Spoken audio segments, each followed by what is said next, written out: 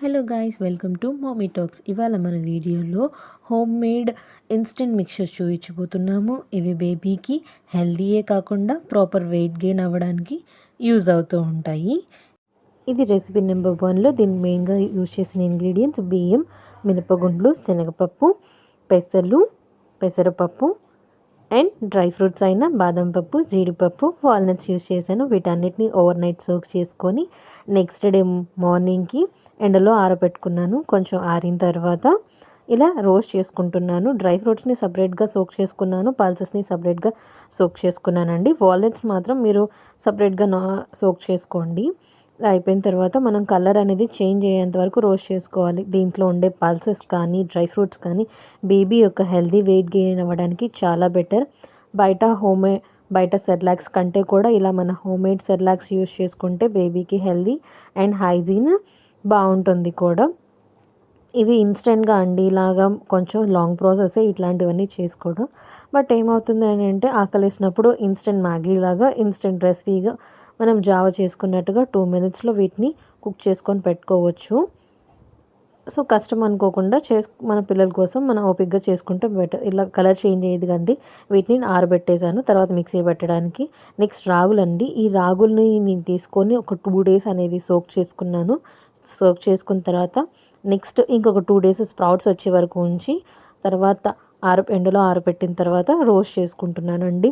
రాగులు అనేవి తొందరగా సోక్ అవ్వండి. మనం 2 days సోక్ చేసుకున్నా కానీ అవి గట్టిగానే ఉంటాయి.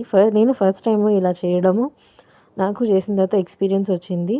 అవి స్ప్రౌట్స్ కూడా పెద్దగా ఎక్కువ రాలేదు, కొంచెం కొంచెం వచ్చినాయి. బట్ పర్వాలేదు. మిగతా పెసర్లు ఏంటంటే మనకి వెంటనే మెత్తగా అయిపోతాయి సోక్ అవ్వగానే. మినపగుండ్లు కూడా ఇవి మాత్రం మెత్తగా అవ్వవండి. బట్ అయినా కానీ స్ప్రౌట్స్ కంపల్సరీ వస్తుంది. స్ప్రౌటింగ్ కోసం ఏంటంటే కొంచెం మాయిశ్చర్ ఉండే క్లాత్లో కట్టేసేసుకుంటే వస్తుంది స్ప్రౌట్స్ అనేవి. మనకి ఇవి రోస్ట్ చేస్తున్నాం కదండి, రోస్ట్ అయ్యే కొద్దికి మనకి ఒక మంచి అరోమా అయితే వస్తుంది. రాగులు రోస్ట్ చేసేటప్పుడు ఎలా అయితే మనకి రాగులతో రాగి దోశ రోటీ వేసుకున్నప్పుడు మంచి స్మెల్ వస్తుంది కండి, అలా వస్తుంది. దాని తర్వాత కొంచెం సేపు ఆ హీట్ అనేది పోయేంత వరకు ఫ్యాన్ గాలి కిందకి ఆరబెట్టుకోవాలి. నెక్స్ట్ థర్డ్ మీల్ ఏంటంటే ఓట్స్ అండి. నేను నార్మల్ ఓట్సే తీసుకున్నాను, దీనికోసం స్పెషల్ ఏం కాదు. నార్మల్ డిమార్ట్లో తెచ్చుకున్న ఓట్స్ని తీసుకున్నాను. దాన్ని కూడా అలాగే మనం సేమ్ అన్ని ప్రాసెస్ లాగే ఓట్స్ తీసుకున్న తర్వాత వీటిని కూడా రోస్ట్ చేసుకోవాలండి అని గుర్తుపెట్టుకోండి. ప్రతిదీ హై ఫ్లేమ్లో మాత్రం పెట్టుకోకండి, ఎందుకంటే తొందరగా మాడిపోయే ఛాన్సెస్ అయిపోతూ ఉంటాయి. తొందరగానే రోస్ట్ అయిపోతాయి. బట్ అయినా కానీ మనం స్లోగా మీడియం ఫ్లేమ్లో, మరీ లో వద్దు, మీడియం ఫ్లేమ్లో పెట్టుకొని రోస్ట్ చేసుకుంటూ ఉంటుంటేనే అది కరెక్ట్గా ప్రాపర్గా అంతా అనేది రోస్ట్ అవుతూ ఉంటాయి. నేను కొంచెం హెవీ క్వాంటిటీలో తీసుకున్నాను కాబట్టి నాకు ఎక్కువ టైం పడుతుంది. మీరైతే తక్కువ క్వాంటిటీలో తీసుకుంటే తొందరగా మీడియం ఫ్లేమ్లో కాబట్టి తొందరగా రోస్ట్ అయిపోతూ ఉంటాయండి. అలా స్లోగా మీకు అనేది కలర్ చేంజ్ అవ్వడం కనిపిస్తూ ఉంటుంది. ఓట్స్ అయితే ఆ స్మెల్ ఏం రాదండి, కానీ రోస్ట్ అయితే మనకి కలర్ అయితే కనిపిస్తూ ఉంటుంది. రాగులు కూడా కలర్ కనిపిస్తూ ఉంటాయి. అండ్ స్టార్టింగ్ కుక్కర్ కూడా మనకి చేంజ్ అవుతున్నట్టు బియ్యం అయితే గట్టిపడిపోతూ ఉంటాయి. మినపగుండ్లు, మన కందిపప్పు అనేది క్లియర్గా మనకి రోస్ట్ అవ్వడం కనిపిస్తూ ఉంటుంది. చూసారు కదా, మీరు కలర్ అనేది కొంచెం చేంజ్ అయింది.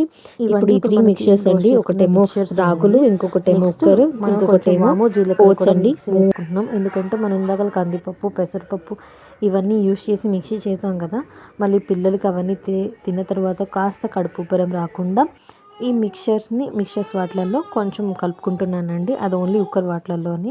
ఇలా అయిపోయిన తర్వాత లాస్ట్ అయిపోయిన తర్వాత మిక్సీ పట్టుకొని ఈ 3 మిక్చర్స్ అండి. ఫస్ట్దేమో ఓట్స్, ఇప్పుడు నేను చూపిస్తుందేమో రాగి పిండి అండి. అని రోస్ట్ చేసుకొని పక్కన పెట్టుకున్నాం కదా, చల్లారిన తర్వాత వీటన్నిటిని మిక్సీ పట్టుకున్నాను.